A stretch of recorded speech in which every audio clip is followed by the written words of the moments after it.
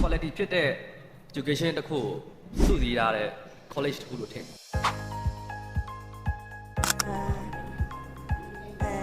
လင်းလက်တဲ့ကျေလေးပုံစံလေးပေါ့ဟာ ဟုတ်ကျေးဇူးတင်ပါတယ်ဟုတ် congratulation ပါ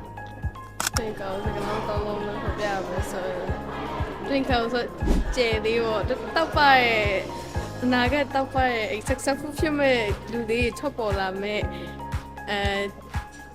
ထပ်ပေါ်လာမဲ့ကြောင်းပေါ့ Twinkle ပေါ့အဲ့လိုမျိုးပြောလိုက်တာ ကျေးဇူးတင်ပါတယ်ညီမ ကျေးဇူးပါ ဖြစ်လောက် very good ပေါ့ဒါပဲ โอเคကျေးဇူးတင်ပါတယ်